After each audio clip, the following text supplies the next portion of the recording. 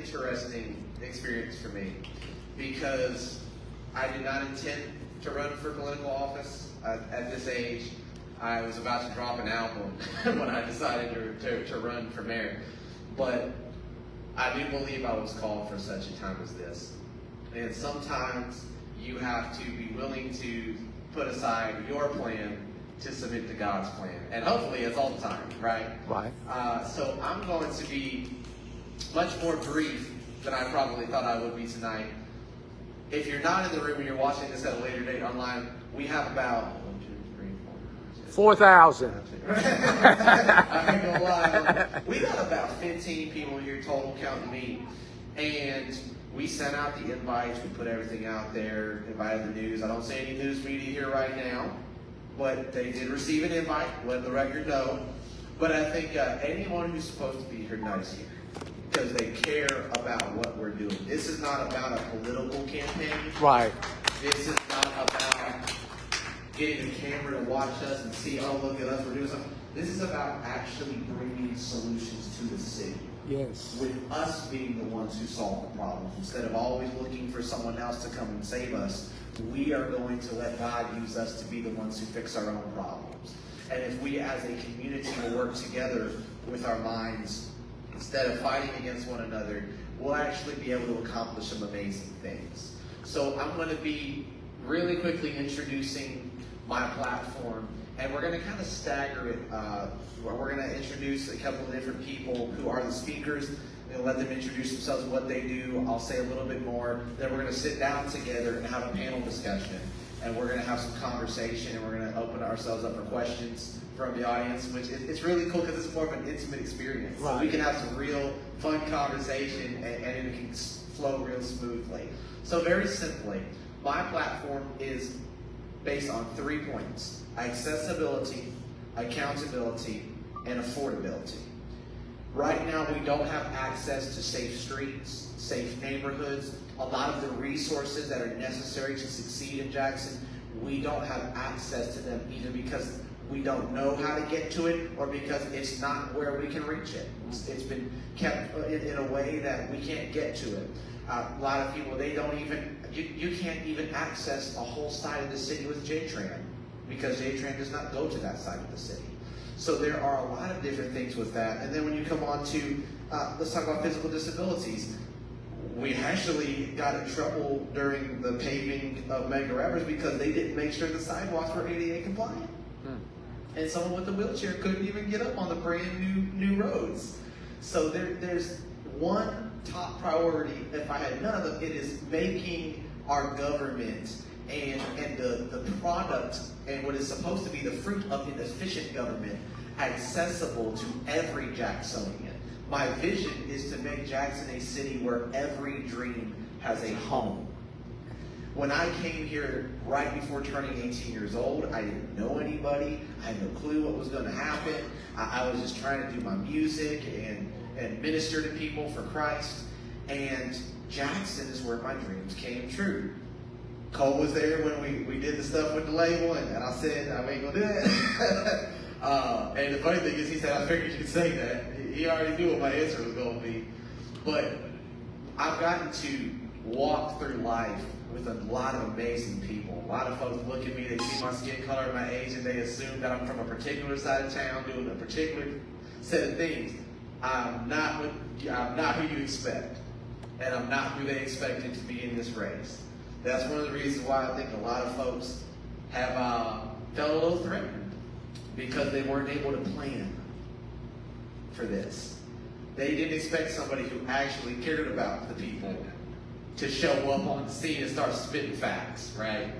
They didn't expect a Drake remix to go viral, exposing what's really going on in this city, that people somehow developed amnesia over the last 4 years. And we're able to draw light to it. And that brings me to my second point, which is accountability. Accountability is a few things. One is saying, hey, where is what I gave you going? What are you doing with the resources that are in your hands? When we give a tax dollar, where is that tax dollar going? Can you account for it? Right now, our leaders cannot account for millions of dollars We don't know where they are, where they went, how it got spent. And that's not right. We keep getting told, well, we can't do this because of a lack of resource. Well, we can't do that because we don't have the money. We're being lied to. We have the money. It's not being managed properly. It's not being stewarded responsibly. Some of it is corruption. Some of it is poor stewardship and incompetence. Some of it is mismanagement. We have to bring an end to that, and we have to start saying, hey, this is what we're doing. Not just transparency, but integrity. Because if you know anything about how the mafia works, you can have a glass window at a storefront. That don't mean you know what's going on in the kitchen. Right. So you might have transparency. Right. Oh, I can see through the window and see they're right there in the kitchen cooking. But you don't see what's happening in that back room you didn't know existed. That requires integrity. Integrity is doing the right thing when no one's watching. True. And that's one of the biggest reasons I chose to run, because I don't trust almost anyone else who would ask for this seat. That when they go behind a closed room, that I know they're going to do what they said when we were talking face to face. And that's why I'm running, because when I talk to you and I say, hey guys, this is what I'm going to say and do, you're going to know that when Zach comes out of that back room, because it was a conversation that's not for the public ear to hear, they're going to know that what Zach said and got done in that room is what actually got done. Then you're going to see the fruit, you're going to see the result. And how will you know? Because I'm going to let you hold me accountable. We're going to have a resident dashboard on the website and on the mobile app we're going to build, where you can track in real time the projects we're doing, the timelines, where the money is being spent. Every contract, we're uploading it for public scrutiny. We're going to start sharing contracts before they're signed, so that it can be reviewed by the public and decide if they think it's a good idea or not. And there may have to be some conversations. We're going to bring back city council meetings if they'll work with me on it. I think they're willing to get the 6 p.m. meetings back to where working people can show up. And we're going to bring back the council meetings. And if the council is not interested in that, then we're just going to host them from the mayor's office, where they used to have a meeting where it was just for public comment. We're going to bring that back if I have anything to do with it. And with affordability. Right now we are the highest tax city and county in the state. Yet we have the least to show for it, and we have the highest poverty rate here. So what are some simple things we're going to do to make Jackson affordable for all Jacksonians? Well, for one, if you're a small business owner, we're eliminating business licensing fees.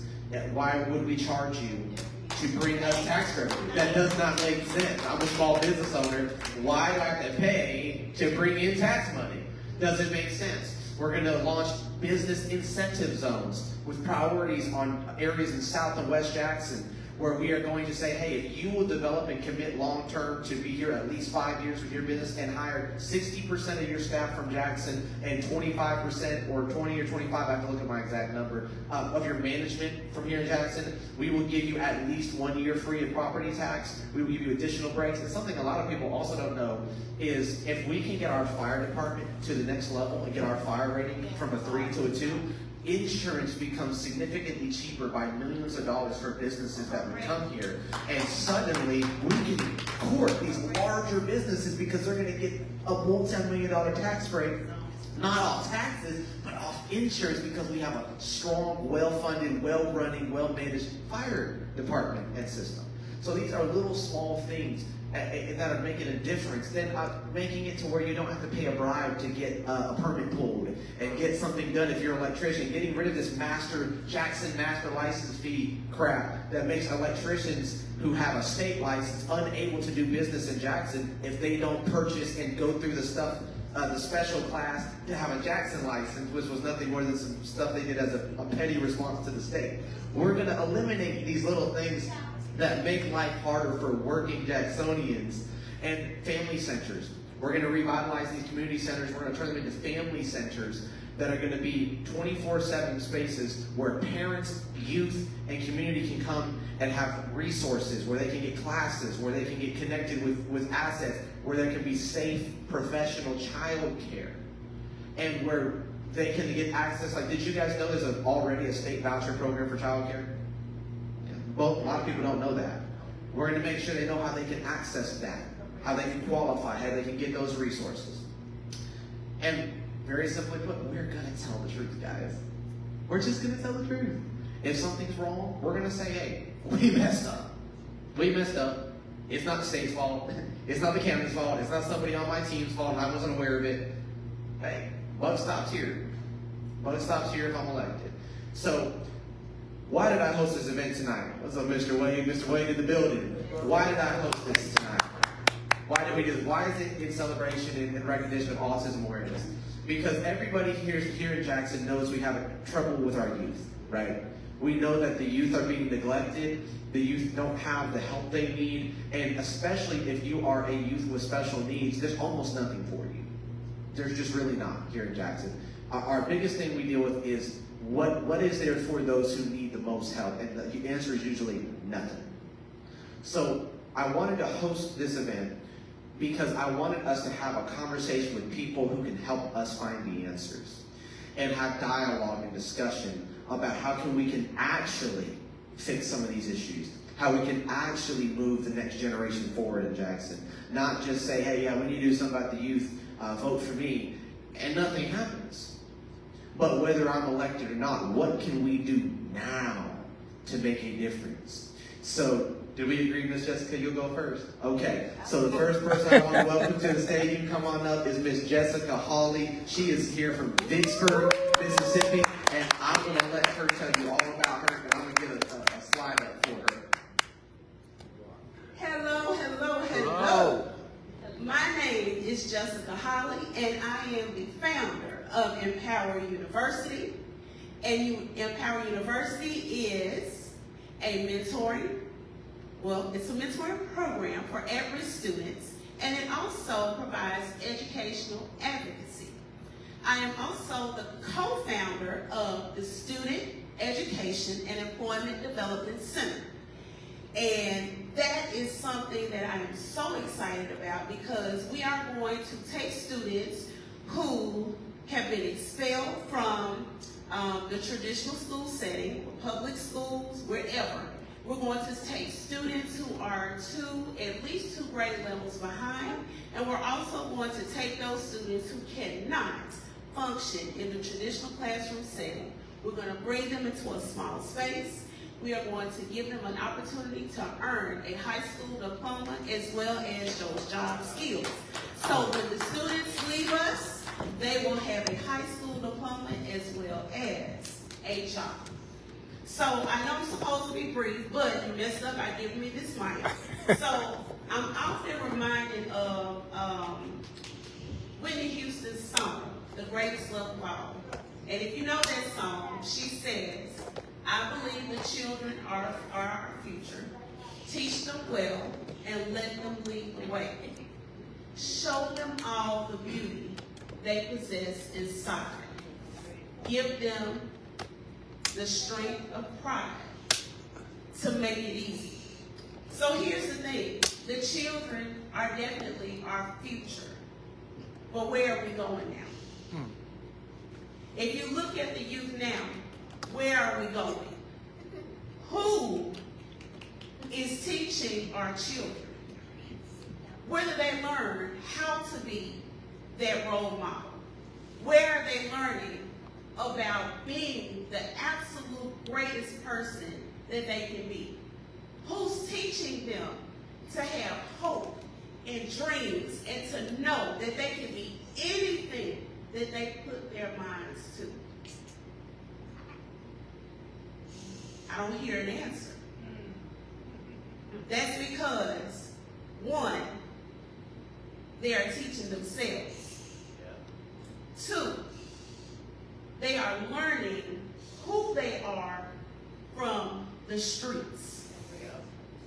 Three, if they do have a parent, and a lot of our children come from single parent homes, if there is a parent, their parent has to work.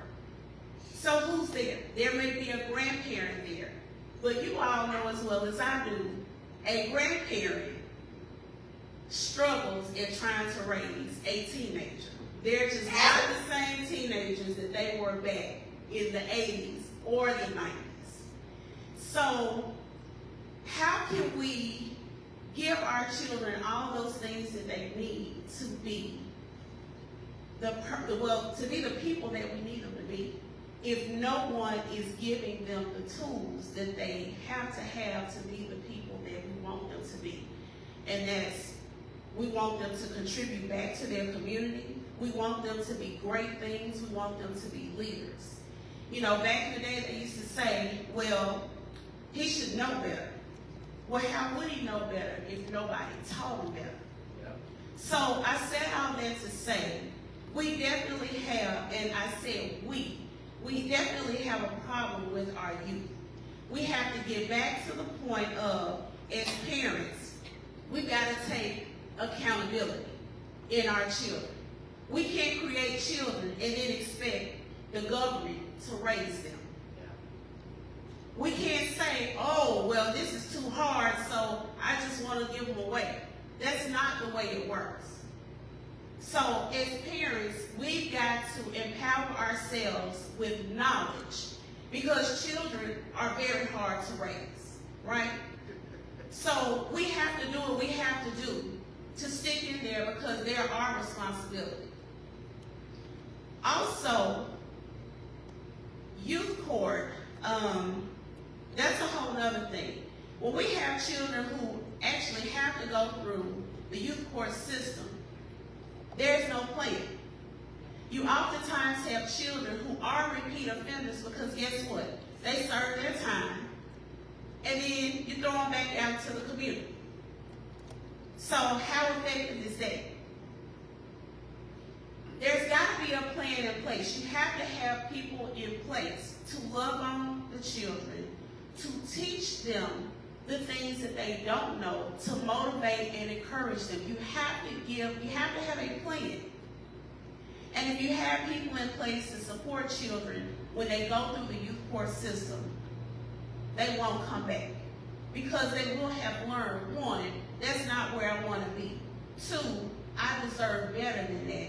And three, I want to be the best person that I can be. I want to be the best Jacksonian I can be. So, with that being said, I absolutely love what I do, because when you love what you do, it's not a job. I have made my whole life about helping the children and families. And even though I live in Vicksburg, Jackson is still my home. I ran the streets a lot as a teenager. But I'm back, and I'm here to help Zach accomplish this goal of loving on our children. Let's educate them, let's motivate them, let's give them hope. And let's restore our future back to the city of Jackson. And we can do that by starting with our youth and voting for Zach Service. So, thank you. All right.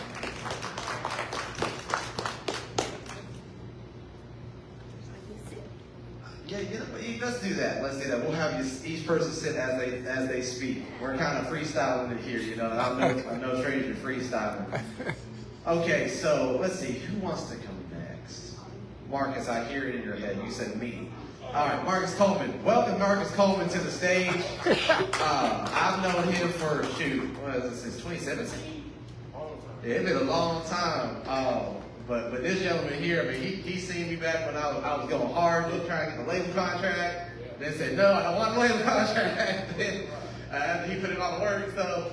But I've gotten to know him for years, and he's always been doing something. I mean, literally every time we talk, like youth, we gotta do something for youth. And he's been on the news before. He's done a lot of different stuff, but he's not really somebody who goes looking for the spotlight. He's somebody who goes looking for the work and putting in the work. And he is a really cool guy. He's a business owner right here in Jackson. Got out the mud. He can hoop better than me. I think we where did we've hooped together before. Where did we hoop at? I think I took you to the Washington District. It wasn't a edition. No. I scared the edition. So without further ado, Marcus Coleman.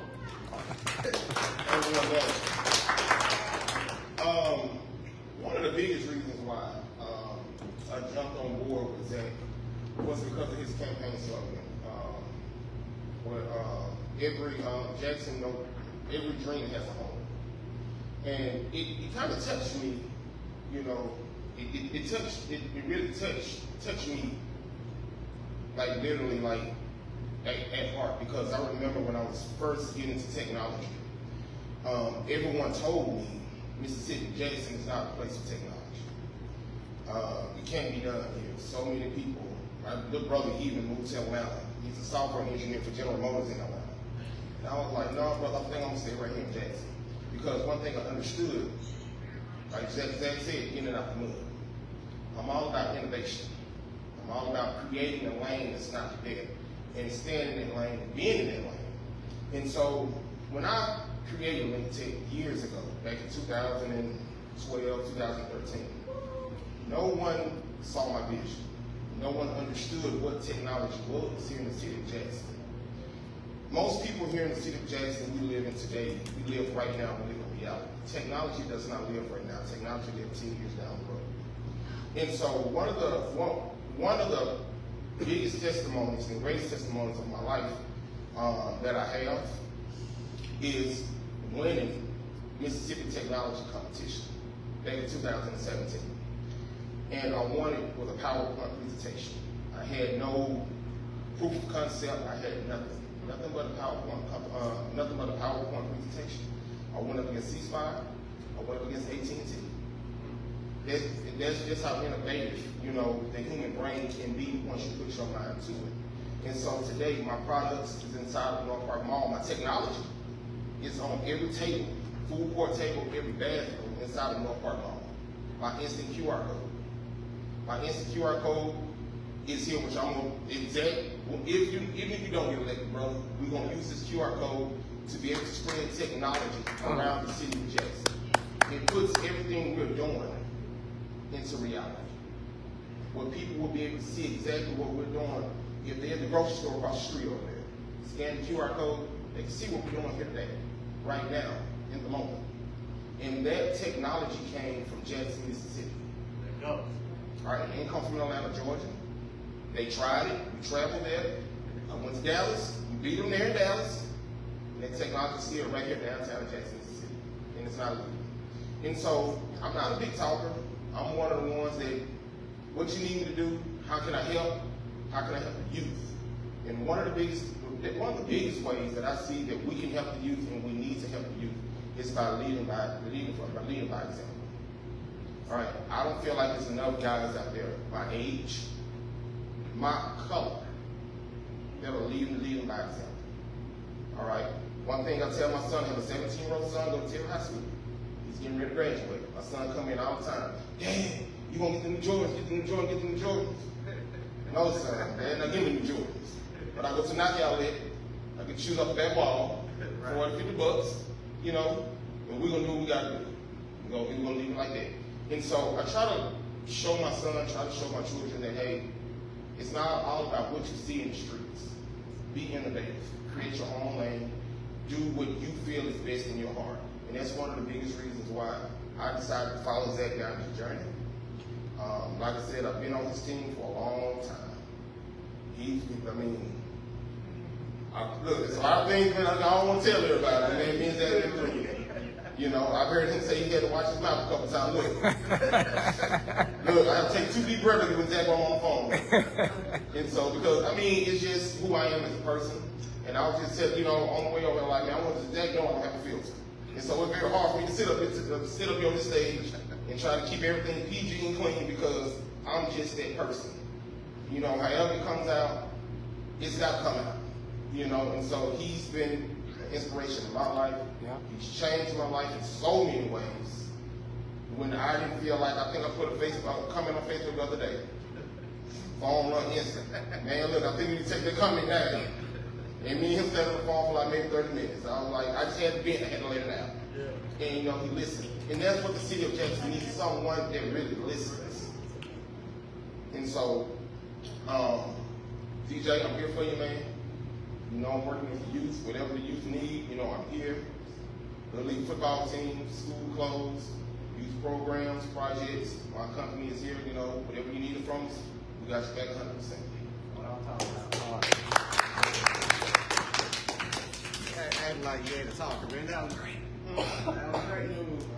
All right, so we're going to do Marcus last. So let's see. Back on the day. Okay. Are we trying to forget anybody else? Next, we have Dr. Kentrell Liddell. Welcome her to the stage. I'm not even going to try to introduce her because she does so many different things. I know she's. Are you an international doctor? Like you have a doctorate, right? I have a doctorate. Yeah. So I'm just going to hand you the microphone. Thank you so much. It's such a joy to be here, and I've enjoyed the speakers who've already gone before, and just want to welcome all of you here again. Thank you for taking time out of your Saturday evening to come and to learn more about mayoral candidate Mr. Zach Service. Yeah. And to learn about autism. To learn about autism. That's what I want to talk about here for just a moment. Because I am an educator at heart. If you ever meet a doctor who's not a good educator, you need to run. And you don't need that person for a doctor. That's what we do. We educate patients about their conditions. But we also get to mentor and inspire younger people to enter the healthcare profession and other professions, actually. I'm the founder of Test Taking Solution, and it is a small business that provides professional management development, but also educational support services. And some of the children whom we support happen to have autism. And they do extremely well in school because we customize, individualize their tutorial sessions, their test prep sessions, etc. So while I miss the actual practice of medicine tremendously, a great deal, I'm enjoying watching the young children grow and thrive in their spaces, learning more about themselves and how to treat one another. And we're excited about this city of Jackson in which we live, in which we move, in which we have businesses. Because we just believe that the future is very, very bright. And if you didn't see that just a moment ago when Mr. Zach Service was introducing his platform and laying it out, I don't know how much plainer it can be made. But we want someone who really cares about people. And not just folks in North Jackson, we love them. West Jackson, we love them too. South Jackson, but East as well, everywhere. All of Jackson. You know, there's no such thing as being completely normal. Right. The human experience is a spectrum. We live out our lives on a spectrum. And it's so important that we realize that and let that be a take-home for today, at least one of them. I'm going to give you a few others, but that is certainly one. That life itself, being a human being, means that we're living on a spectrum. And so autism in the medical world is really known as autism spectrum disorder, ASD, because it is a spectrum. And for those of you not familiar with the spectrum, I try to always remember that, and I think my brother said it earlier, you know, we say it just like it comes, and we have to be real that not everybody got 12 years of education. And not everybody went to college. And so we can't assume that everybody knows what all these words mean. So a spectrum, if you can just visualize a line, a straight line. That line may run vertically up and down, or it may run horizontally across. But either way you picture that line, it spans a distance. And so you have one spot or one point on the line over here, and many more points all along that line. That indicates, and is a good representation of a spectrum, that not everything, not everyone is at this point, or at that point, or even this point. And so with autism, there are some who have mild forms of autism, and then there are others in the middle, more moderate forms of autism that are associated with learning disabilities. And then there are some who have severe forms of autism, and they require additional support services, if you will. Again, not a disease to be cured. It's not a disease. It's a spectrum of life. I failed to mention, I think I heard Mrs. Axe introduce yourself. I'm Dr. Kentrell Liddell. I graduated from Tougaloo College. I graduated from the University of Iowa College of Medicine. I graduated from the University of Mississippi Medical Center Family Medicine Residency Program. And I graduated from Mississippi State University College of Business. So I know a little bit, just a little bit, about education and what it takes to not only acquire an education, but to use what you acquire. And sometimes acquiring education is harder for some than it is for others due to no fault of their own. I want us to understand, if we don't understand anything else today, that autism is not a disease. A person is not diseased because he or she has autism. No, they just see and interact with the world differently and with people differently. They process things just a little differently, like we all do. Sounds more like the human experience, doesn't it? Yes, yes. And so I believe that at least one of my goals for this short time that we have together is that you will leave here knowing and understanding that autism is not something to be cured, but that if we can identify that we might have some deficits, some neurologic things that, like social interactions that we think might not be as strong as they can be, or failure to communicate adequately, then those are just symptoms and signs that we require support services. And so we then can get people the support that they need and not judge them, not look at them sideways, but accept who they are and help them to thrive. Get out of their way, actually.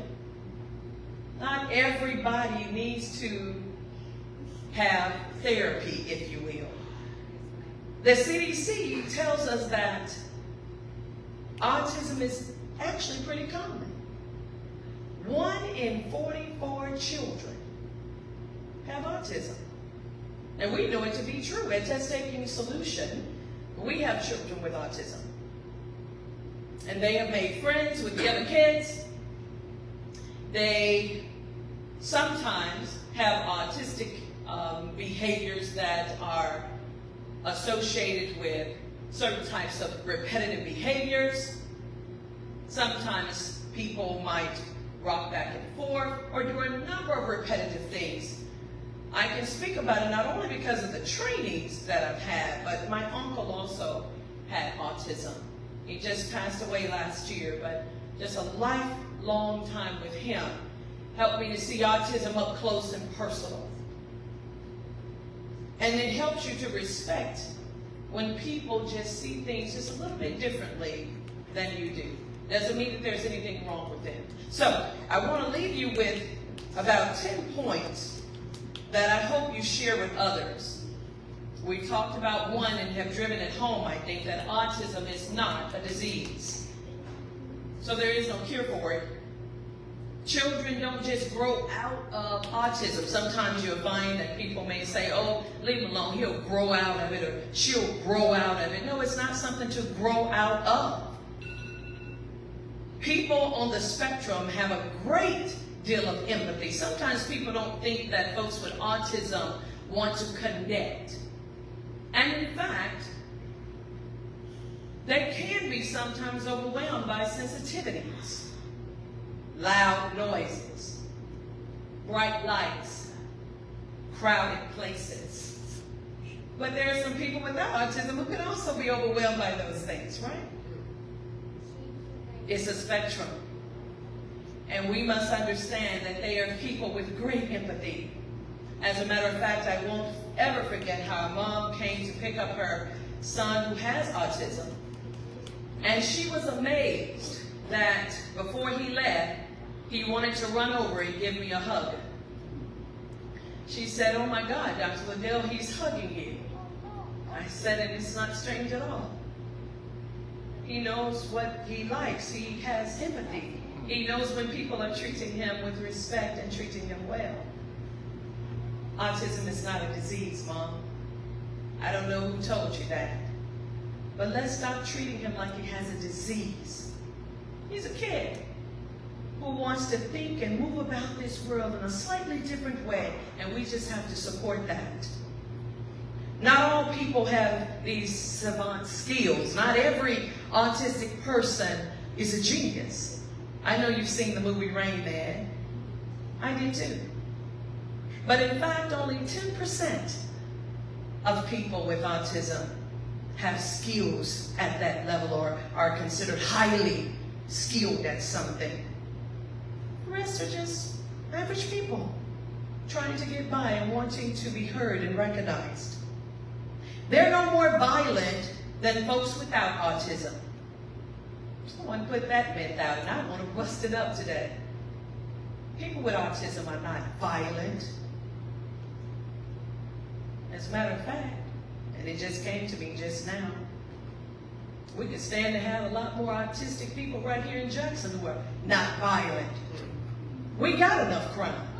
So instead of us focusing on the idea that autistic people are violent, I want us to understand they are no more violent than the next person. Many people on the spectrum have intellectual disabilities.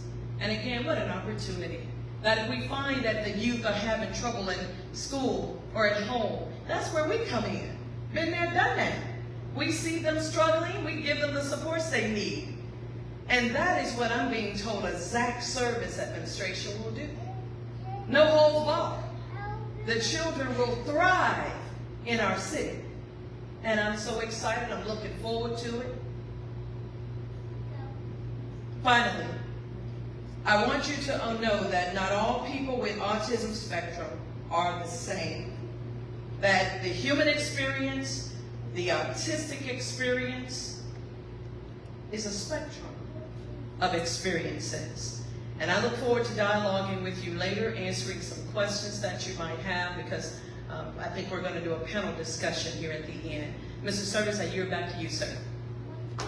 Wow.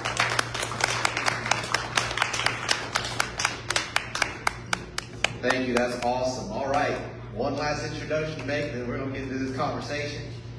We have Mr. Marcus Boyd, all the way from Pittsburgh, Mississippi. Y'all make some noise for Marcus. Hey. Marcus is we call him a renowned autism activist. He's also a music maker, and just an impeccable amount of drip on this gentleman. So I'm going to hand him the mic and let you hear what he does. Hello, everybody. Hello. First of all, I really want to thank Mr. Zach for having us to come out here because, if you cannot travel and do business with your family, then you're in the wrong business. So, I give praise to Jessica Holly. I give praise to Jennifer Holly and everything that they do in Vicksburg. I am Marcus Leonardo Boyd. And as the church says, I have autism. So, just like the doctor just said, hey, Uncle Bubba, it's not a disease. It's not. She finally cleared that up. So, but I was nonverbal until I was almost 14 years old. I started speaking at a 2-year-old's level. As a 2-year-old would speak, I just started speaking like this until I was almost 18. My grandmother took me to 11 different doctors in 2 different states. They all said that I was brain dead, I had severe autism. Now I'm 42, so this happened in '93. So there was, if there was pamphlets and groups or whatever, my little short 4'9" grandmother with a jerry curl would have found Okay? She would have found it somewhere. You know what I'm saying? So, unfortunately, my birth mother had 22 of us, okay? So, to do the math, there's 2 football teams, okay? You know what I'm saying? So, my birth mother went to family court and said that Marcus is a mistake. Marcus, we didn't want him. Marcus is messing up our marriage. Tommy don't beat the rest of the kids. He just severely beats Marcus. So if you take him out the home, then my marriage will be saved. So the judge did what she asked. She took me out her home while I was nonverbal, while I was rocking, while I was using the bathroom on myself, while I was slopping, while I was having emotional behaviors. And at the end of the day, at 42, sometimes I still have those issues.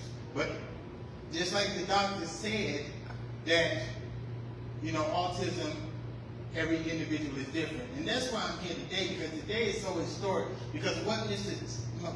Zach is doing and is about to do for this city is so monumental. Because at the end of the day, they don't allow people with autism to speak on political aspects or arenas.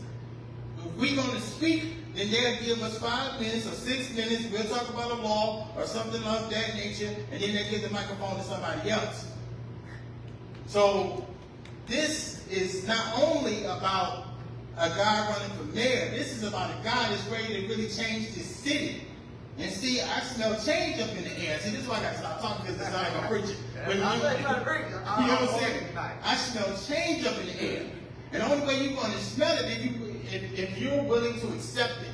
Again, I have a learning disability. They said I want to make it past 3rd grade, but I have a bachelor's degree in journalism and mass communication. Wow. From University. You understand what I'm saying? And at the end of the day, they said, oh, he's too slow to comprehend. I done been in 16 mental institutions, electrical shock therapies, 16 foster homes, 17 group homes. They said that he will not make it past a 3rd to 4th grade level. I have 12 awards for being an autism activist. I have a humanitarian award. I have 3 lifetime, well, we're about to get my 3rd lifetime achievement award for music, November 22nd in Biloxi, Mississippi. You understand what I'm saying? Because they said that, oh, he has IEP. He's special. He rocks. He uses the bathroom on himself. Nobody wants to eat lunch with him. Let's put him with 3 to 4 people in the classroom. Let's put him on field trips every day. People, you got to know it's bad when a girl who that's in a wheelchair and she tells you you're not cool enough to go to prom. You know it's bad. Okay? When your bully is 4 or 5 and she's taking your $20. Okay? You got to bend down and actually give her the 20. You know it's bad.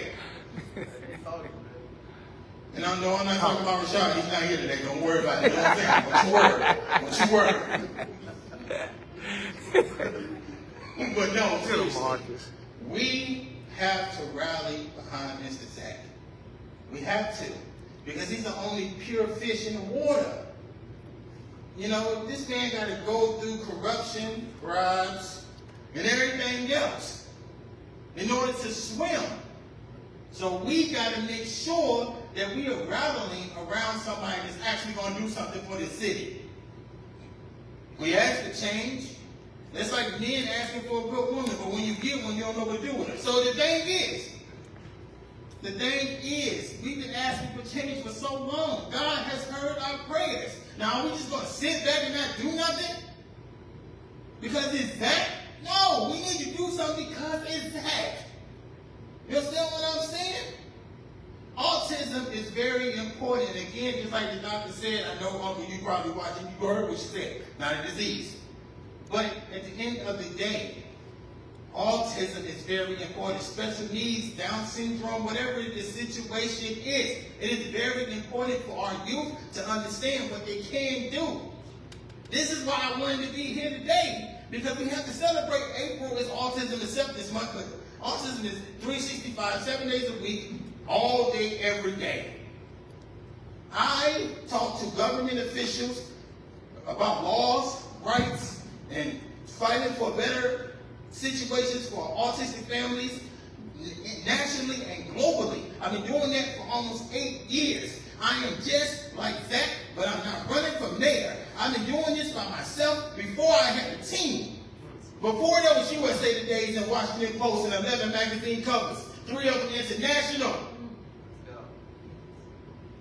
Nobody wanted to hear my dream.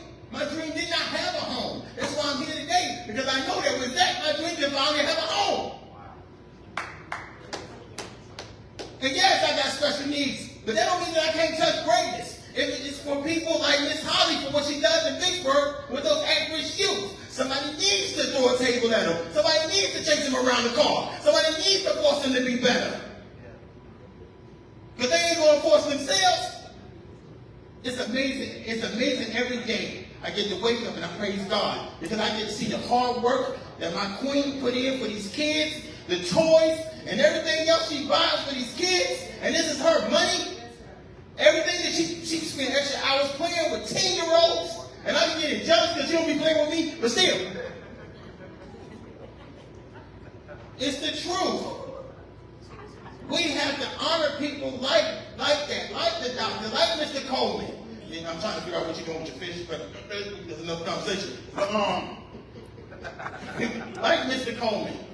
You understand what I'm saying? Because at the end of the day, your child could be on somebody's news, could be in somebody's juvenile, could be in somebody's prison. Because just like the doctor said, and just like Miss Holly said, I chose the streets. I chose the streets because nobody gave me love. Nobody gave me an opportunity. Nobody gave me a chance. So I chose the only thing that I saw, streets and drug selling. And what did it get me? In penitentiaries, I done had police cuffs on me so much, I thought it was Christmas every time they came. You understand what I'm saying? Because that's the only thing I knew. I was too dumb to be in school. I was too dumb to be in the Girls and Boys Club. Nobody wanted to be around. I'm using the bathroom on myself. I'm slobbing. Who wants to deal with that? I couldn't get a girl. I couldn't tell her bath to be. Oh, I'm rock on.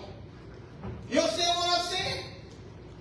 But it's not where you start. It's where you are going. And if you have a purpose that God gave you, no man can stop it. Right. So I tell you, Mr. Zach, whether it's 300 people out here or 5, you have a purpose, my brother. Right. Continue moving. Yes, sir. Wow. Marcus Boyd. Marcus Boyd. My God. This is fun. I'm having fun. Y'all having fun? Yes. All right. So here's how we do it. Luke, if you will come acquire this is going to be the Q&A mic. Or actually, Mr. Howard, you can act as that person. That's going to be our Q&A mic. And we'll have this as an additional microphone to pass around. You can hold on that since you're kind of central. I'm really enjoying myself. I don't know about y'all. This is fun. So let's see. Where do we go from here? So we've heard a lot of different stories, a lot of different discussion, powerful testimonies. You know what? Yeah, let me share my testimony a little bit. So I have like a really weird, meandering life story. So the short version of it is, I was raised in a Christian home, very, very much involved in the church, involved in ministry, and at the same time watched hypocrisy, And I dealt with, childhood abuse. I dealt with being spoken down to. I will still say a word I will probably never have out of my mind is the word ignoramus. I don't know if y'all did use that one.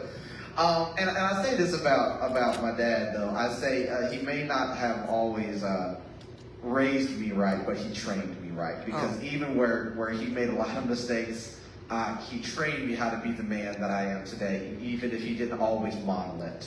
But he gave me the tools, and the biggest thing he said was, you go get that word for yourself and you find out what God says. You don't take my word for it.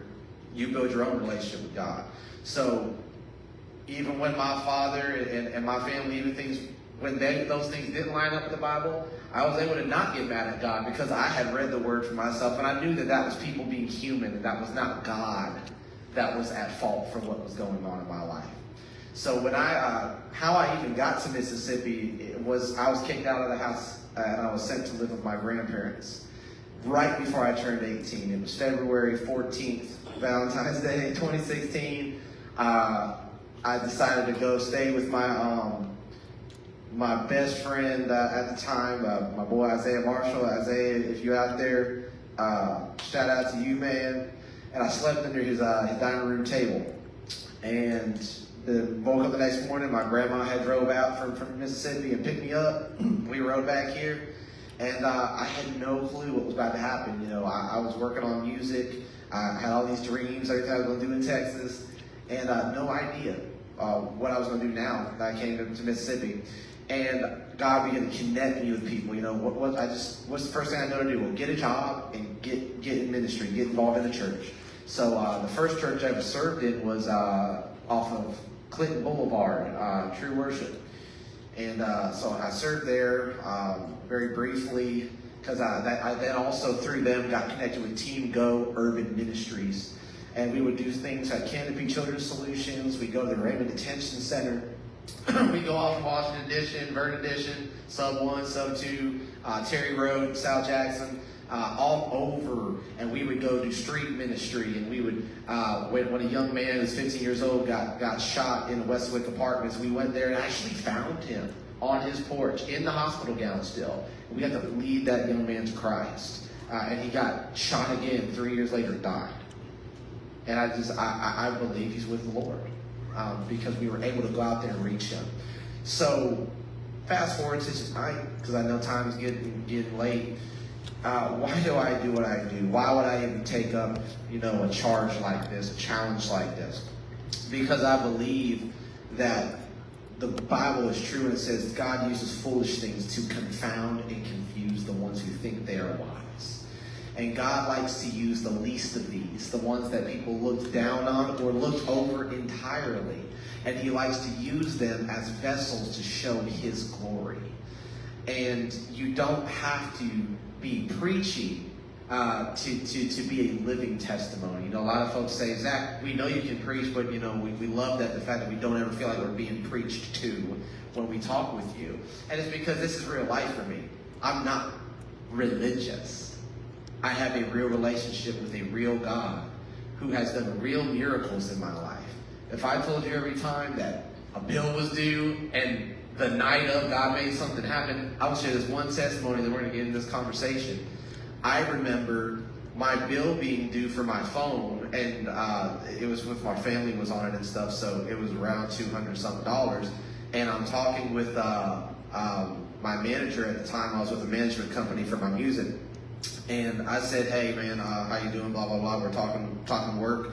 And he said, what you about to do? I said, well, I'm about to drive some Uber. My phone bill's due tomorrow, and I don't have it, so I'm about to grind in these streets. And he said, oh, really, man? I said, yeah, but, God's going to provide it. I'm not worried about it. I've seen him do it too many times. And he said, really? That's how you? I said, yes. I said, mark my words, tomorrow. And before I got done saying that, I got a phone call from another artist. And he said, hey, man, I just want to see what your availability is, your prices. I want to book you to do a feature on my song. And funny enough, I blocked my own blessing because he thought my feature rate was $250. It was actually $150. I should have said, yes, it's $250 and accepted that blessing. I blocked myself and said, no, man, it's actually $150, man. I got you. So I said, send it over and I'll start writing. My manager's in the car seat next to me watching this happen, looking at me with flabbergasted. He's like, how much more do you still need? I said, well, about another $100. He said, well, can I? I said, no, not that I won't accept it, but I want to see what God might do and I want you to see it. That night I went on, drove Uber, took one person where they needed to go, second person, it was 2 people. Now, I'm trying to pay my bill. I don't want to be out here. It's late. So I got my worship CD blaring. I ain't trying to talk to nobody, trying to get them to and from where they're going, right? So I dropped the first lady off, and the second one was like, I really like this song. Who's this by? I tell them, Elevation Worship, shout out Elevation. And she starts talking to me a bit about what she's went through with church hurt. And I had just gone through a situation, because I've been in church leadership most of my life. And I had just gone through a tough situation having to leave the church. And I realized, I'm not out here for me.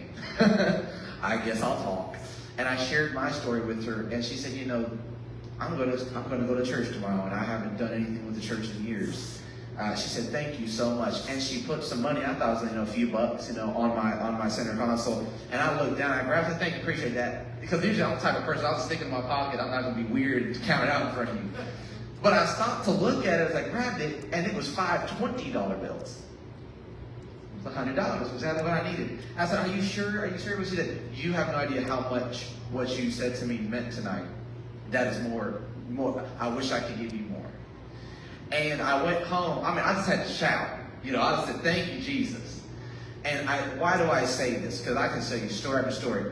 Because while we may be trying to raise awareness about what autism really is, that it may not be a disease, it may not be something that is always something curable. Now we know, obviously, we've watched the trend in the last 50 years go up. So we know there's some things that man is doing to make this a problem, right? The things that are being affected, but we know that not everything that falls on the spectrum is a result of a mistake or something wrong. Some of it is because God just designed them differently. And we also live in a world of sin, where everything does not work the way it's necessarily supposed to, and we don't want to point the finger at the people who inherited that, and point the finger at Adam and Eve, and that's why Jesus died for us, right?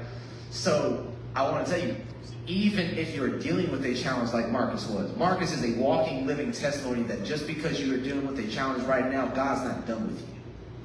Because he's speaking now. You know that I actually was nonverbal for the first 2.5 years of my life? And they said I was autistic. The doctors said I was autistic. They said he'll never speak, you need to start getting therapy. You know what my parents did? They prayed. Do I sound like I can't talk now? I'm running for mayor in the capital city of Jackson, Mississippi. Don't tell me what my God can't do. And don't tell me what you can't do. Don't let what you struggle with be what defines you. Don't let them label you by what makes you different. And don't let it become a crutch. Don't let it be an excuse for why you don't reach for greatness. Because every one of us has something we went through. We have something we went through that if we allowed that to define us, we would never have made it beyond that. We each would have had a reason to say, it's over, I give up. I give up, it's over. I can't believe I'm even still here on earth. But when you allow God to use the hard thing, the challenge, the thorn in your flesh, and you let him process you, you are able to really make a difference. So I want to ask a couple of questions, but first, we actually have a family who has some children who are on the spectrum. I want y'all to, Howard, if you'll get the mic to my guy Larry right there, I want y'all to have some questions and some statements. I want you to lead this conversation for us. Thank you. Appreciate it. Just hold that button until the green light turns on. I apologize. First thing I want to say, you're a blessing, Mr. Marcus. You do not know what me and my son have been through the first years of his life. People were saying the same thing about my son. He's unruly, you can't do nothing with him. But we sitting right here, right now, he's able to keep quiet and listen to what I say. They said my other son, same issue. He's talking. You guys are truly a blessing. Marcus, Holly, Zach, when I met you, I knew you were destined for great things, man. When I saw you, I told you that. I appreciate y'all. But my first question is the doctor here. What context can you give people watching online, including me, to help us out to reach out to more people or more connections that help us with our family? Because it might be another person watching at home that might not be able to make it here because they don't have a babysitter. Because that's one of the problems we go through. Nobody wants to keep our kids. You know, they might be family, that might be close to you. But when they see your children, they go running because they don't have the patience to deal with it. They don't have the love like we do to deal with it. So what connections can you give to the people at home and to us to help us out in our families? Thank you for that question. We have some amazing family medicine physicians here across our state. We have clinics and hospitals that specialize in children who have autism. Our children's hospital right here in Jackson. But there are federally qualified health centers as well. Jackson Heights Comprehensive Health Center is just one. So this is what I will say. If you don't already have a relationship with a provider, and that's what they call us these days, and we just don't know, a lot of physicians and other healthcare providers have a problem with that because we didn't go to school to be providers. We went to school to be physicians and nurse practitioners and physician assistants, etc. But if you don't have a relationship with one, I urge you to get a relationship with one who is licensed and trusted and knows how to do the things you're talking about, how to be patient, kind, and understanding with you and your family. And so I would start with the University of Mississippi Medical Center. That's where I train. They have many specialists there. Pediatricians. Dr. Geraldine Cheney, a Tougaloo College graduate. She is still a practicing pediatrician. And again, the federally qualified health centers that I just listed off. So that is what I would recommend, is that you find someone who is a good fit for you and your family. And don't worry about shopping around. It's okay if they're not meeting your needs to say, bye, Felicia. How you okay? Hey, while I have a second, by the way, shout out to Kim Wade, another candidate from there in the back right there. Y'all give him a shout out. He showed up. The only other candidate who showed up, man. Just in case at some point you have to dip out, I want to recognize you. Okay, so before I get back to Larry, because I want to make sure everybody gets a chance to say something. Jessica, would you like to say anything to address what he said and anything on this topic of what we can do for the youth who've been looked over, for the ones who may be dealing with struggles and unique challenges, of what we can do with what's available right now, and how families might be able to get the help their children and their youth need? Sure. For this beautiful family here, I would say, first of all, just hold on to your faith. That is the main thing. Wrap your arms around your children. Love them and encourage them. In addition to talking to your providers, I also would probably recommend that you go through any kind of mental health or behavioral health facility, because they may also have resources. And I mean, I'll just be honest, we don't have enough providers who are even knowledgeable with autism to provide support for families such as yours. So I can say that with the Student Education and Employment Development Center in Vicksburg, we are also looking at providing families who do have students with autism a space where their children can come and learn just as the others do. So just stay encouraged and just stay motivated, and that's what I would share with you. For the other students who, let's say maybe they do have I'll just say a learning disability, or a student who does have an IEP, which is an individualized educational plan.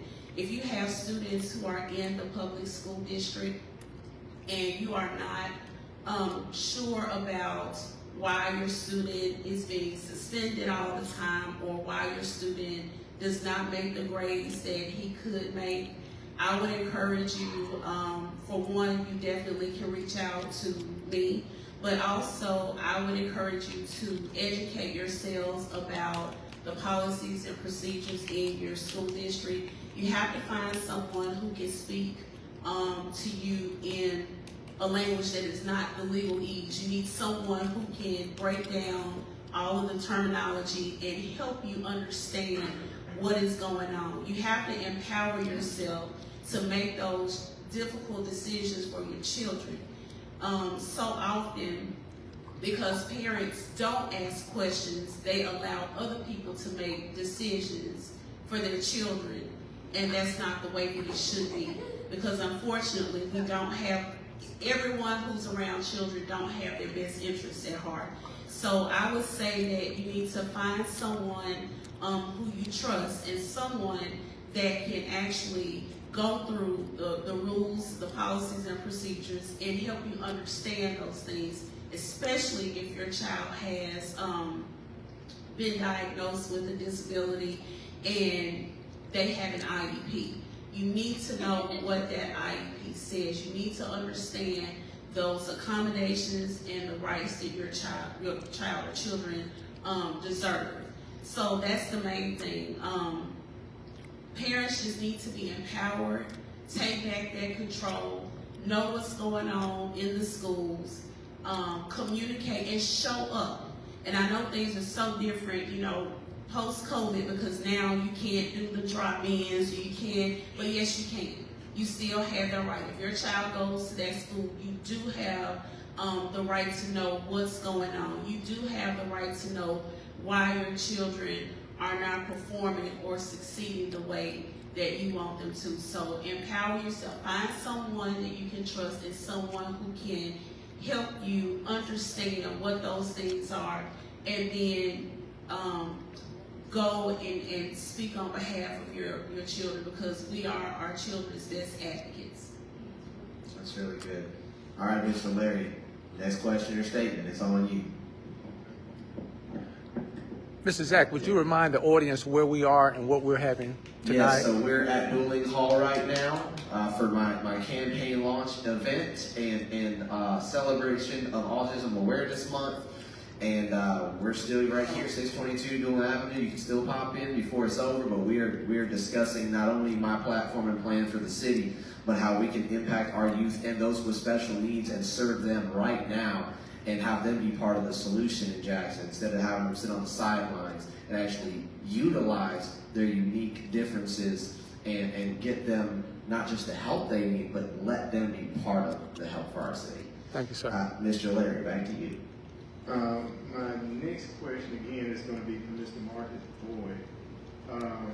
When did you realize that you like music, and when did it become your outlet? Well, to be honest with you, Mr. Larry, my grandma forced music on all of us, which means she forced us to go to church Tuesdays, Wednesdays, Sundays, Fridays, and only 7 days a week. I guess we was there for like 5 of them. She only had TBN and Soul Train on her 20-inch. That's right. We know about that TBN. So, I mean, I started loving music around 4 years old because it was a distraction from the abuse that I was experiencing at home. So music became a safe place. You know, each autistic person is different, but headphones and music became my safe place, and it still is. Okay. The reason I asked that, because I once used to be a DJ, but I don't practice music anymore. My wife, she's always singing, but both my boys somehow like playing keyboards, so that's what we had to get them, was keyboards. I was trying to figure out. Listen, whether it's the Yamaha, whether it's the electrical, whether it's Casio, Orgy, doesn't really matter. You understand what I'm saying? They're all in the same family. You understand what I'm saying? If they showing 5 seconds of interest, push them. You understand what I'm saying? Yes, sir. Because I didn't have nobody push me because they kept training wheels on. Mr. Larry, I take my hat off and I honor you because you're doing something that I wish at 42 that I still had. I wish I had a dad that would love me enough to accept me and to accept me in public. You understand what I'm saying? That'll love me through my challenges, that'll love me through my situations. You might be raising the next lawyer, president, or doctor. You don't know what you're raising, but you're raising a blessing. Thank you. You're preaching over here. Before you say something on that, Marcus, do you have any thoughts on that issue? I don't know much about autism, to be honest with you guys. I'm learning more in this last hour than I've ever learned in my whole entire life.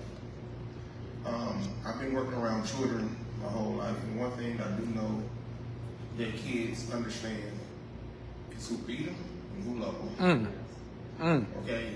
And my advice to you is to continue to feed your kids. Continue to love them. Okay? And when it get to the finish line, they're going to appreciate it. Thank you. Powerful. I love it. Me too. I hope then to share one more thing that is worth learning, and that is that vaccinations do not categorically 110% certainty Powerful. do not cause autism. Powerful. I yield back. Powerful. Any other statements or questions? Nah, she actually took something right out of my mouth, because me and my wife always get texts from, our church brothers saying our vaccinations that we give our children probably led to the autism, or the early birth probably led to it. I mean, I don't know what led to it. I just know that they're my boys. Right. You know, I didn't know that I had autism until April 12, 1993, when I was at Clifton Springs Mental Health Center in Decatur, Georgia. I didn't know anything. I was just doing the simple stuff. Throwing chairs, I threw a desk at my principal. I had severe anger issues. I wouldn't stop rocking. I used the bathroom on myself in first period, second, third, and fourth. You understand what I'm saying? Like, it got so bad, I was swimming in my urine. You understand what I'm saying? So, again, the Marcus that you see currently was not the Marcus at his age. You understand what I'm saying? And the main issue was, it wasn't because I was stimming or I was having different type of situations going on. It was the family structure. Charity starts at home. You understand what I'm saying? I didn't get no love at home. I didn't get it at school. People were shoving me up. They didn't want to deal with me. I was everybody's problem. I was everybody hate Chris before everybody hate Chris. You understand what I'm saying? So I didn't have nobody to pour love into me. And this is why I'm giving you flowers, sir, and your wife. You understand what I'm saying? Because y'all are here with your kids. Y'all not out there somewhere. Y'all not leaving them behind. Y'all not leaving them in the room. You understand what I'm saying? Y'all are actually feeding them. You understand what I'm saying? So, again, me having autism, my success was never supposed to happen. I ain't never supposed to be in a relationship. Are you serious? Autism and a stable relationship, they don't go together. You understand what I'm saying? So, if this is not positive proof that God can take any situation and use it for His glory, then I don't know what is. Powerful. That's right. Powerful. Any other questions, sir? No, sir. Thank you. That's beautiful. So, what time are we at? Everybody at clock? Yes, sir. 7:58. 7:58. Okay, so we're coming to a good closing point. So, with my platform and my vision for our city, we've got people on this stage right now, two of which don't even live here. You live in Vicksburg. You live in Vicksburg. There are people who are ready to be a part of the solution here in Jackson. There are people watching us that are ready to see us succeed and be part of that success, right? Okay? And something that we're lacking in modern day is the ability to sit and have conversations together. We're losing it. We're losing it. And something even more than that, the ability to sit and have conversations with people who think differently, right? Like, it's almost impossible to get multiple people in a room who have different thoughts, different ideas, and different perspectives, and get them to have a conversation whether they agree or not. They're supposed to agree on everything, and you still can't get them to work together because they want to be the one who has their name on the thing they're doing, right? So we have a stage here of individuals who are all doing their part to be part of the solution. And my vision is that we get, because this is just like this much of who's actually out there doing the work. Like, this is just a minute fraction, almost a microscopic amount of the people who are out here available, ready to do work in the city. So my charge, I really want to be, my charge to you, those online and those of you who came here and invested your time into this conversation, is that you have the power to change this city and to change your city. You don't have to wait for somebody else to come and give you permission to make a difference. You don't have to wait for all the stars to align and everything to work out perfectly to do what you can do right now. I don't have hundreds of thousands of dollars to run a campaign. I currently do not have the money to buy billboards. I don't have the money to put 1,000 signs on every corner. I did order my first 100, and that's all my money for that. Everything else is out of my pocket. That was all I had for campaign donations. And I just made that investment, and you know why? Because that's what they said the money was for. Yep. So I could have spent it to recoup my losses from tonight, but I didn't, because they said that money's for science. So I did what they said. But let me tell you, anybody who's been watching me, Howard, you've been watching me, have I let a lack of resource stop me from doing what I'm supposed to do? Not since I met you. No. Because if you know you have a mandate or a call on your life to do something, you can't let what's not there be an excuse for what you do or do not do. Because guess what is there? Your mouth, your hands, your heart. And if you will yield that to the Lord and be willing to yield it to other human beings, and who may not be aligned with your personal agenda, and be willing to serve other people, that is how you can actually make the changes that history will remember. So when I look tonight and I see, okay, we had about 10, 15 people total tonight, there's a part of me that wants to feel disappointed. No. Because I wish more people showed up for something as pivotal and life-changing as this discussion. I wish the news station showed up, you know, because this is important. But I'm comforted by the fact that Jesus said, whatever you do for the least of these, you do it for me. He said, when you fed someone who was hungry, you fed me. When you offered them a cup of water, you gave that to me. When you visited them in prison, you did that for me. And if you didn't, it's like you neglected me. We never talk about that side of that. So I believe that every single person who heard this, whether online or in person, was somebody they're about more than just talking. They actually want to be part of the solution. So I'm going to ask each person the same question, and we'll let them offer their response before we close this out. And my question is, what can somebody living in Jackson or in their city right now, but what can they do right now without another dollar, without another government program? Because I'm running for political office, but we don't just need political solutions. We need some solutions that whether our government gets right or not, we can do it. What can someone do right now to make a positive change in their community, and especially with the youth or those with special needs?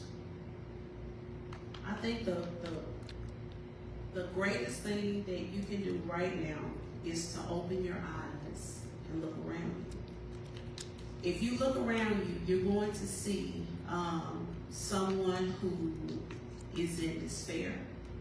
You're going to see a kid who does not have clean clothes or the proper size shoes or a haircut. Open your eyes and look around you. You're going to see someone who needs help. And sometimes all it takes is, hello, how are you? Is there anything I can do for you today? God has put on my heart to help someone in today's you. What can I do for you? That's beautiful. Powerful. Marcus? Oh, okay, ladies first. Heard. Understood. That was beautiful. I agree with everything she just said. And I guess to add to it, because it's no way you can, just reiterate it. We have to add to what you said. Maybe put it in a book. But just beautiful and well spoken. I would say, remember that there are some people suffering in silence. You will see a lot when you open your eyes. But when you open your heart, you're also going to feel some things that you probably wouldn't see with your natural eyes. And I know what I'm talking about. We don't have long enough to even get into it further. But just trust me when I tell you that there are children and adults who are suffering in silence. And I just believe that everybody has a story and that their story matters. They have a voice. And I'm so grateful to Mr. Service and to my fellow panelists for sharing their voices this evening. So I will leave you with, in addition to what my sister just said, to also open your heart, listen, as well as see that there are some who are suffering in silence. I yield.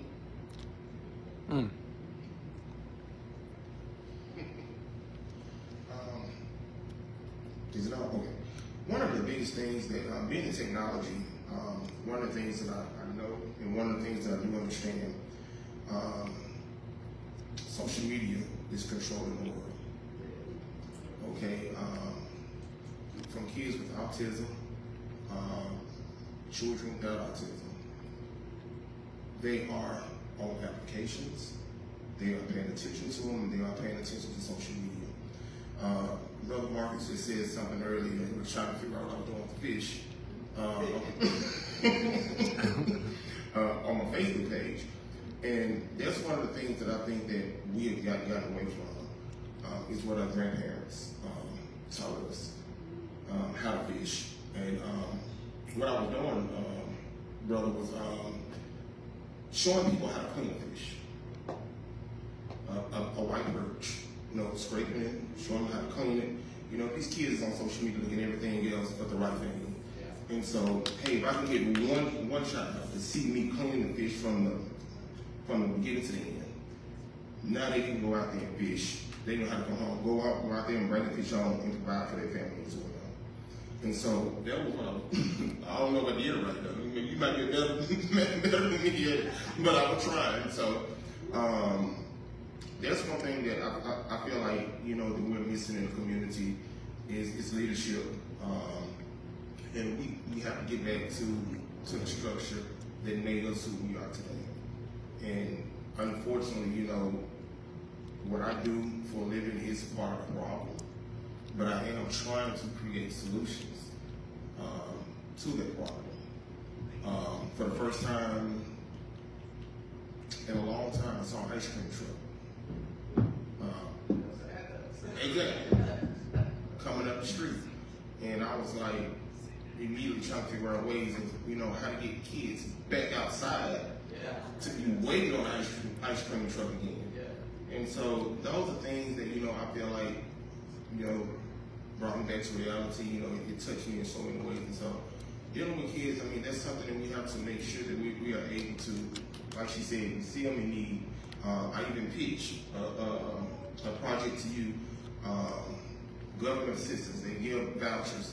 They give daycare vouchers. They give food stamps. I feel like there should be some type of cosmetology page there to where kids get 2 free haircuts a month. Young men. I don't know much about what goes on with the lady hair, but it's got to be something that a young lady can get done as well. And so these are things that I feel like, if you get in office, I ain't say, man, look, we're going to have faith when you get in office. Okay, these are things that I would like to see. When the haircuts were $30, $40. But if you got a plug like me, it's even less. It's single parents out there, that they can really use programs like that. And so that's what I feel like, we should do with the youth. And just care, pay more attention to them. That's great. And other Marcus, Mr. Marcus Boyd. First of all, I commend all these amazing panelists, the women, and Marcus. Listen, if you clean the fish, I need to watch that video because if you want to clean it and you can teach them how to fry it, right? You can teach them how to fry it. Then I was going to teach my stomach how to swallow it. right, and 2 or 3 together. Anyway, but the thing is, especially with autistic, especially any type of special needs child or children or teenager or any teenager, at-risk youth or anybody else, because I was an at-risk youth. I understand about dropping out and not getting no education and having to be, thank God I got a sister that is 6'9", 6'10", we call her Big Patty. When she punched me in my chest and I had instant asthma, she forced me to go back to school. Okay? She's 6'9". What I'm gonna do? Tell her no? You know what I'm saying? So I went back to school, not just because I was scared of my sister, but I went back to school because I felt like that I could do more. And just like Ms. Holly said, that you have to open your eyes. And just like the doctor said, that you have to open up your heart. And if you open up your eyes and heart, and if you surround yourself with community and doing things not just for yourself, but for the planet, guess what? You become your own Captain Planet. You know what I'm saying? That's what you can become. You can become your own hero. You can take your community's pollution down to zero. That's exactly what you can do. You understand what I'm saying? So the thing is, we have to be better stewards for these young people. We have to, if they ain't gonna want to listen, you know, there's been times, there's stories that Miss Holly tells us all the time. You know what I mean? About these kids, they just want to drop out, they just want to do drugs, they just want to smoke, they don't want to do nothing. She has to go in the projects and the hoods and choke them or drag them or whatever she got to do to get them back in school or class. And after she, you know, take off her earrings and put on her Air Force Ones, she be buying them Chick-fil-A and stuff. You know what I'm saying? And giving them rides and helping their families with food and stuff like that. And I be feeling tight because I ain't nobody did that when I was 14 and 15, and nobody filled up my refrigerator. You know what I'm saying? I feel you. You know what I'm saying? But again, I want to point out to this family here, the amazing gift that y'all have is togetherness. That is y'all gift. That is one of your superpowers. Embrace that. Yes, you might have challenges along the way as they grow or whatever.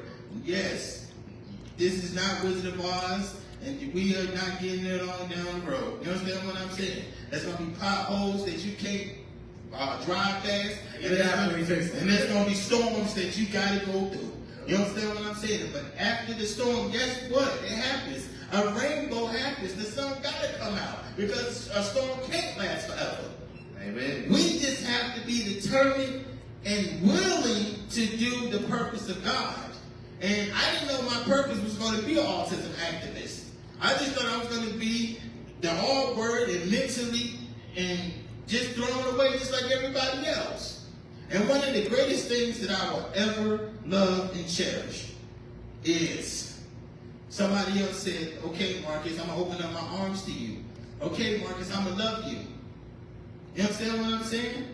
I wasn't supposed to be in Mississippi, but that woman said, I don't care if you got autism.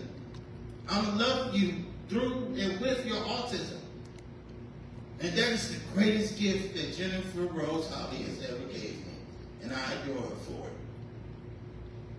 I clap it up. I can't clap. I got mics in my hand. So, in closing, you can hold that. Thank you so much. In closing, to those in the room and those online, man, I talked so much today. I'm so partial.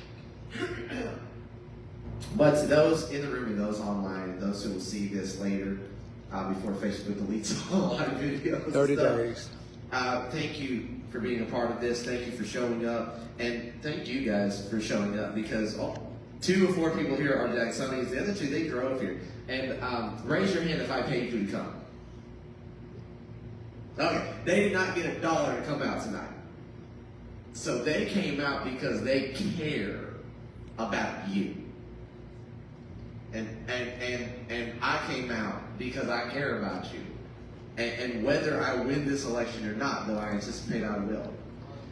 But even if I was not, I'm still going to be here for you. I'm going to be available. I'm not changing my number after this election is over. I'm not going to suddenly forget how to respond to emails. You know, I've had a lot of folks tell me like, oh, you need to be further removed. You know, you need more people answering on your behalf. I'm like, I'm not going to pretend to be in a place I'm not. I understand that at one point I would be too busy to talk to everybody. That is just reality. I have a family to take care of, 4 children. I cannot give myself to everyone. But as long as I'm in a place where I can talk to each person individually, I'm going to be doing that. Whether you're voting for me or not, whether you agree with everything I say or not, whether you share the same faith as I do or not. But what I'm always going to do is look for how may I serve you? How may I serve you? How can I? The question she asked, how can I help you today? I want to be a help. I want to be a servant to you today. How may I do that? So we have servants on this stage. If you learn nothing else from this evening, this is an election, and this is a call to action, not about who has the best ideas, the biggest name, or the biggest billboard. Who is ready to be the biggest servant to our community?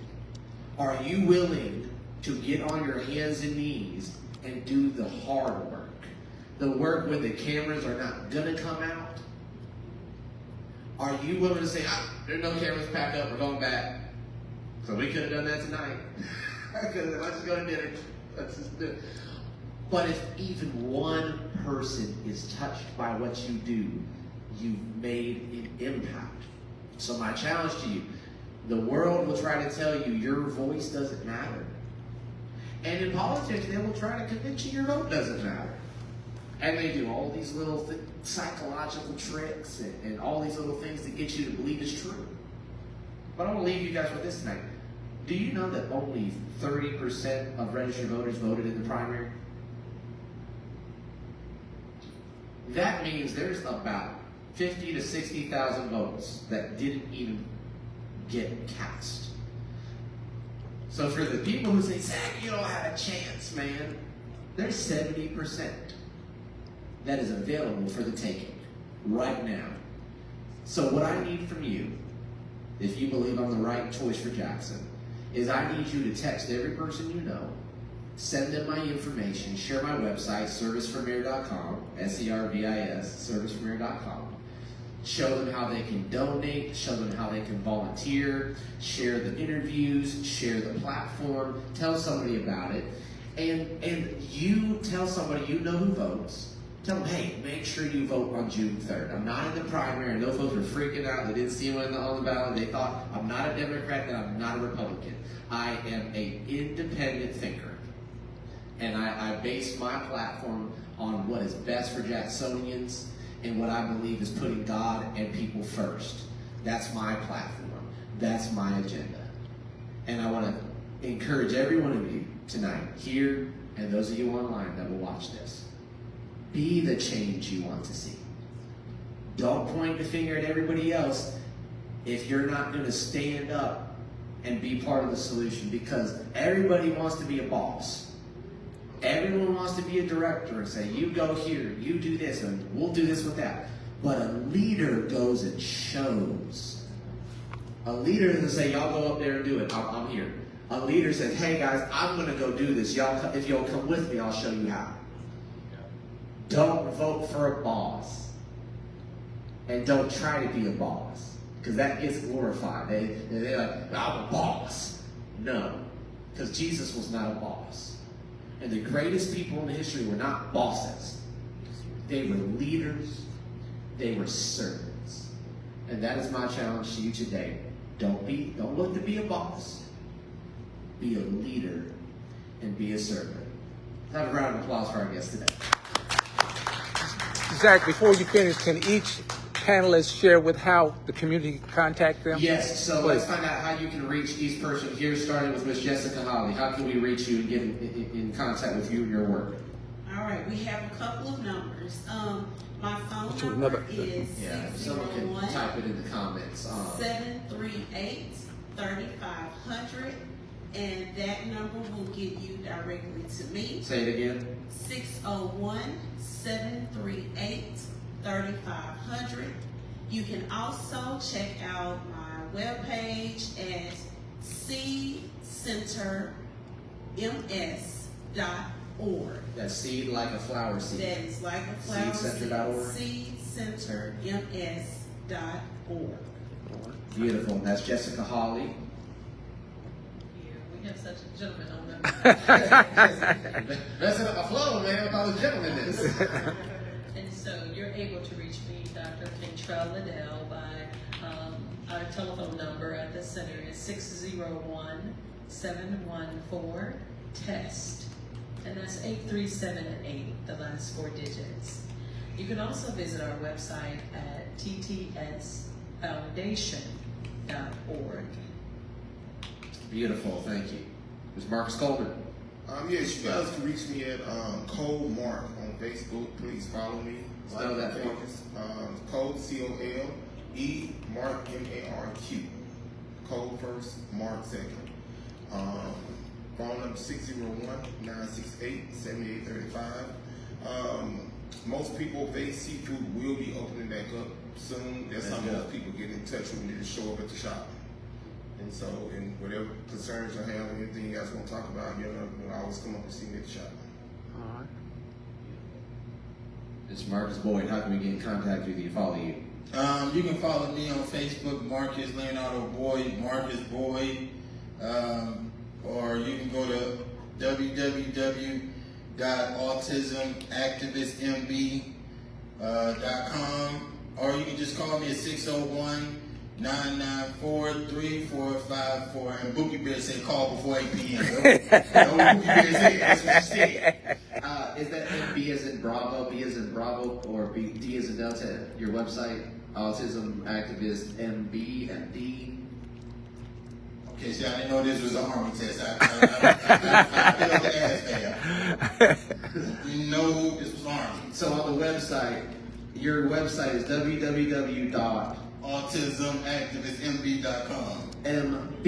Yeah, MB like much beverage. Okay, perfect. That's what I wanted to clarify. Okay. So autismactivistmb.com. Yes. That's how we can follow you, as well as your Facebook. Okay, beautiful. And of course, I'm Zach Service. You can find my website, serviceformayor.com. You can find me on social media, except next door, they banned me again for another month. You can text me, you can email me. All my stuff is out there public. It's easy to find me. I don't hide. I'm easily accessible. And thank you for coming out. Thank you for tuning in. And with your help, I believe we can make Jackson and Mississippi a place where every dream has a home. Thank you all, and good night. All right.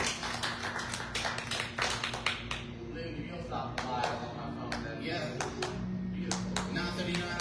Okay. All right.